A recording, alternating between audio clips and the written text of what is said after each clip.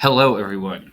Welcome to our walkthrough of what I think is one of the more unique and interesting chapters in um, Jane Smiley's book, The Circle of the Novel, um, where she talks about really kind of 12 structures or patterns, types um, of the novels that exist.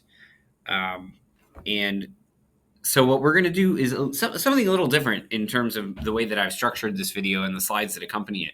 I'm going to begin with this is the list of all of the novels that she looks at in this chapter, and as has kind of been my modus operandi, I'm not really going to get too much into the very specifics of what she does in her breakdown of each of these novels.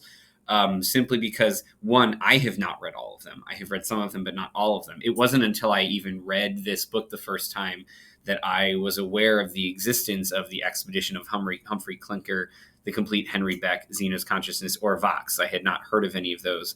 I had read most of these books. I've read Middlemarch, Vanity Fair, Dracula. I've not read Once and Future King or Fathers and Sons, but I've read the rest of minus those five in the middle.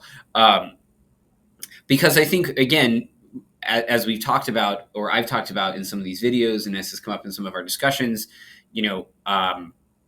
what's important to me is not necessarily that you can break down each of the novels precisely in the way that she does, but that you can see how she is bringing to bear her ideas onto specific texts so that when you are working on your novel, you can kind of bring to bear her ideas onto your own text as well.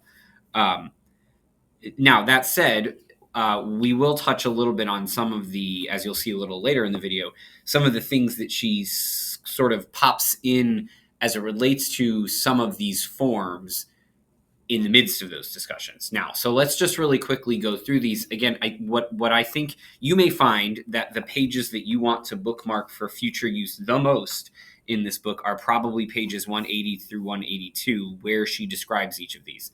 I don't want to be annoying and simply rehash her descriptions, her definitions, but because she does such a good job of explaining them in brief.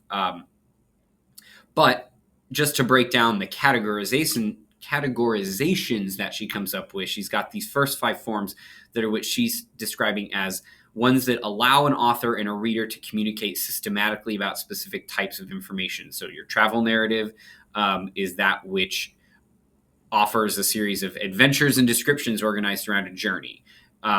Literal to distant places or figurative into the minds of other creatures. History, of course, relates past events in a way that will make the reader make sense of them systematically and relate to their own experience. Biography, the portrayal and analysis of a single person.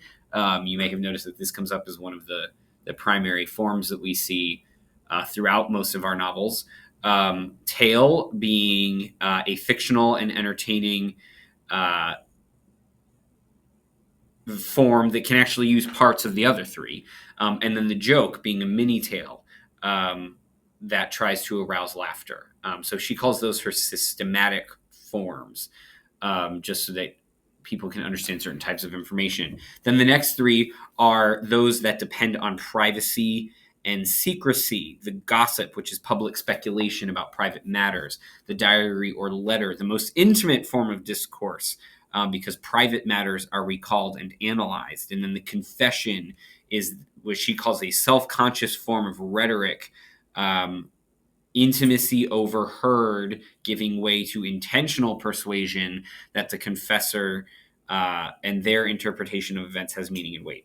And then the next two, what she calls rhetorical rather than narrative, and that is the polemic and the essay. So the polemic, using emotion, presenting an argument into a point through that emotion, utilizing events and characters and insights, but making a point through them.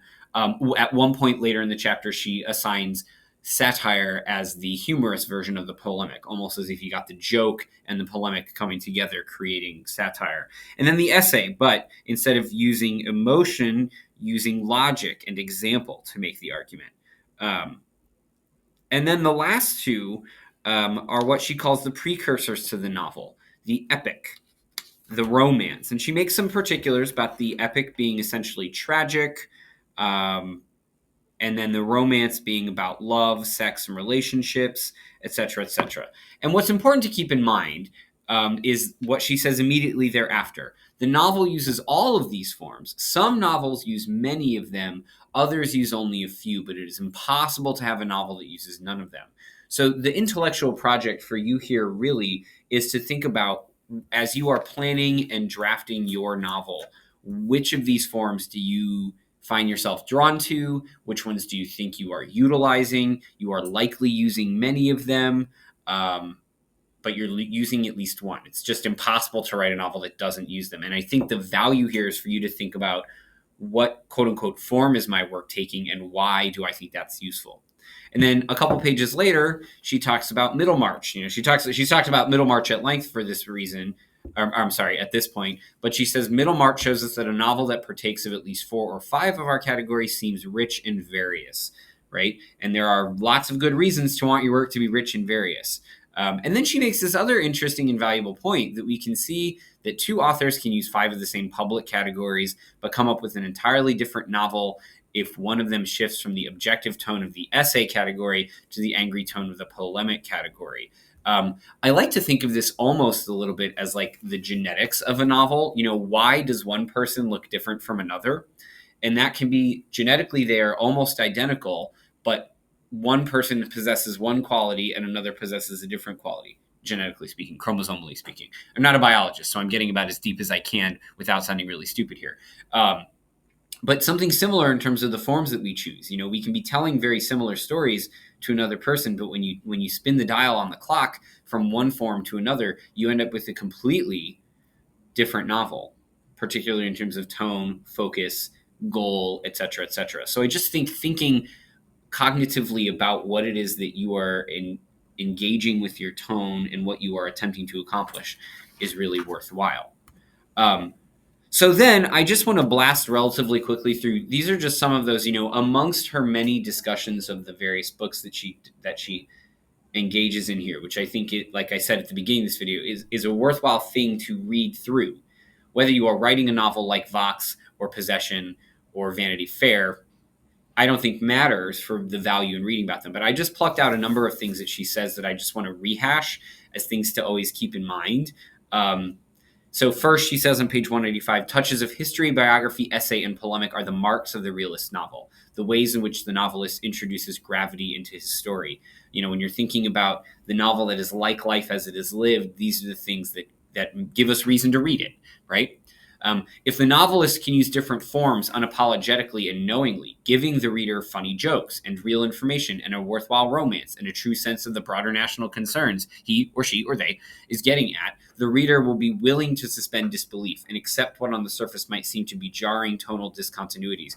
This is something that I have multiple times wrestled with in my own writing, and that is, how do I have good joke, a humorous joking character on one page, but then something tragic or emotionally punchy and meaningful elsewhere. And I think it's through really carefully and thoroughly and unapologetically using these different forms in ways that work together, that makes readers more willing to accept that, and to not find it jarring. And then just a couple other things that she makes note of if you're really interested in one or more of these particular forms as kind of your primary form.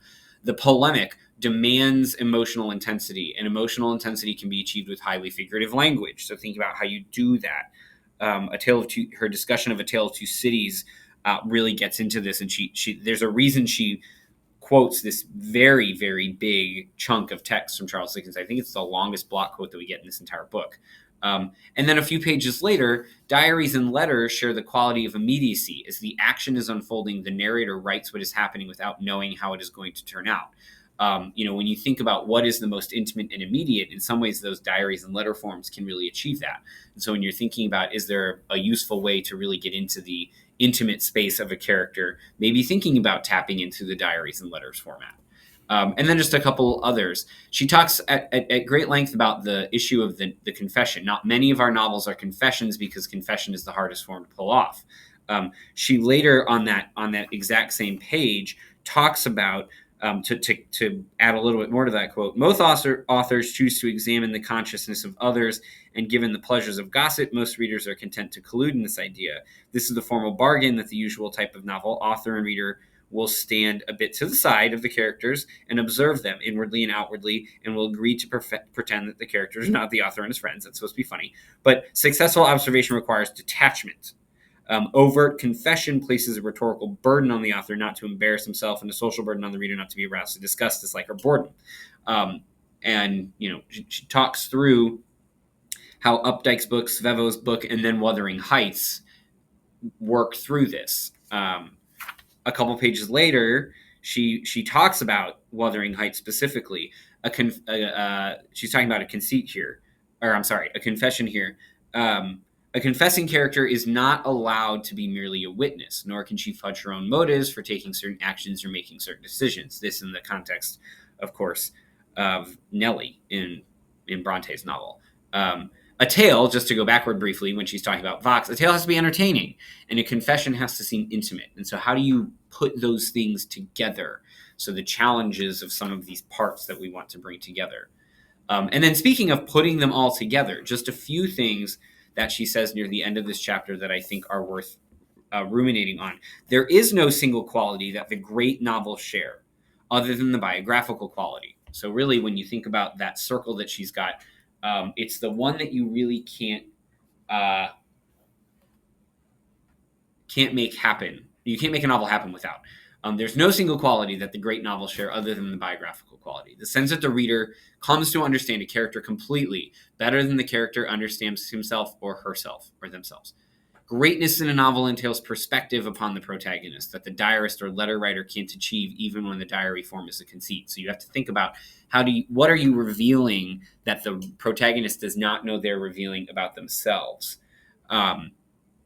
And then the author's voice and his or her protagonist's potential fit one another and illuminate one another in a unique way. So when you're thinking about the main character, the protagonist that you're creating, how does what you have to say and how you have to say it working with that character's potential and who they are? And then the last thing is every great novel offers incomprehensible abundance in some form. And that can take on any number of things. The page before that, she mentions the greatness of these capacious novels grows out of how the integration of the parts stretches and stimulates their authors at every level. The level of style, the level of structure, the level of characterization, the level of thought about ideas, feelings, and sensations. Part of the author's genius was that he or she rose to the occasion provided by the materials of the novel. But another part of his genius was that he created the occasion by conceiving the materials of the novel to begin with. So just thinking about what are the things that you want to always have at the forefront that you're thinking about as you are writing. And it's not easy. And we're talking in these very sort of, I will admit, abstract kind of ways here. And so thinking about the value, I think, of the first part of this chapter is really to think about the tangible forms that you are operating on within this circle, and then how they allow you to unlock and achieve those more abstract qualities of greatness. Okay, I'll be interested to see what we have to say about this chapter. Thanks, everyone.